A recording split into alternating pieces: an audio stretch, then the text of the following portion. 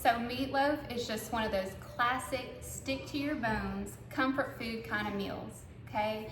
And there's so many different ways that you can make it, but this is how I make mine, and I'm excited to share it with you. So let's get started. So I have 2 pounds of ground meat, okay? Or ground beef. I use lean ground beef because it's a little heart healthier, okay? But you can use any type of beef that you like. I also crumble it in the bowl because we're gonna do a lot of mixing, and the more you mix your meatloaf, the more dense it can make it. So we don't want dense meatloaf.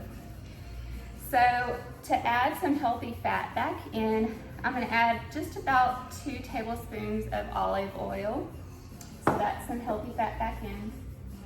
I'm gonna add 2 beaten eggs. Okay. I'm gonna add 2 tablespoons of mustard. Okay. And I'm gonna add a half a cup of ketchup.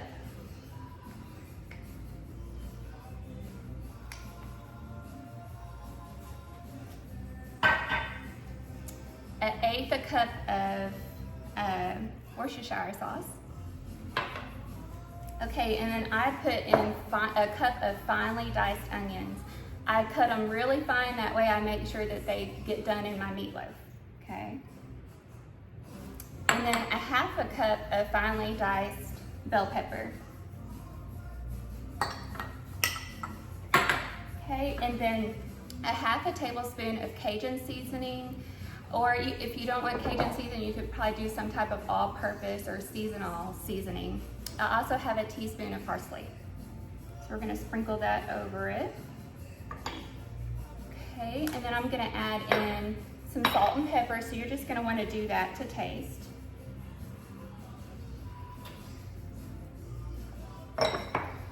Okay, and I don't like big hunks of cracker in my meatloaf.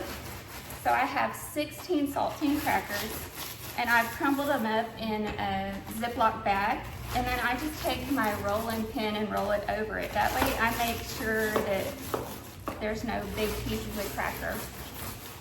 I don't like big hunks of onion or bell pepper in mine either.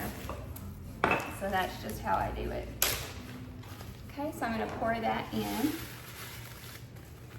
Okay, and there's no other way to do this than just to mix it. You gotta go in with your hands and mix it. So let me get this all mixed up.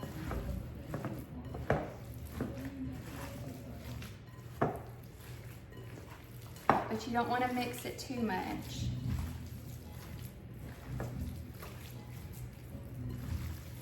Okay, let me wash my hands real quick.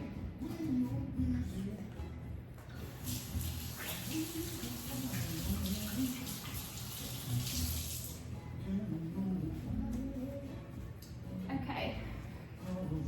Now, a lot of people make their meatloaf in like a loaf pan, or they form it into a loaf, but I like to put mine in an iron skillet.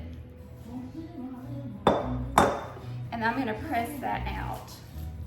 The reason why I put it in an iron skillet is I like the edges to get really crispy. Plus, I like a lot of glaze to meatloaf recipes, so I get glaze in every bite. Okay, so I've got that spread evenly in the pan. We're gonna bake this at 350 for 30 minutes, and then I'll show you what I do with it next. Okay, so I let this bake at 350 for 30 minutes, and I pulled it out of the oven, and I spread 2 cups of Heinz ketchup over the top. You want to spread that evenly over the top, and I use Heinz ketchup because it just makes a really pretty glaze over the meatloaf. You can add anything to the ketchup you like. Some people like to put like mustard or brown sugar, but to me, I just like traditional ketchup. Okay, so I put it back in the oven and I baked it for another 35 minutes. So depending on your pan, I would bake it another 30 to 45 minutes until the edges of the meatloaf is crispy. And as you can see, that ketchup just glazed over the meatloaf and made a beautiful glaze. You're also going to want to let it set for another 10 to 15 minutes because it's going to absorb all those juices back up into your meatloaf, and your meatloaf will be very moist. So this is my recipe. Let me know how you love it in the comments.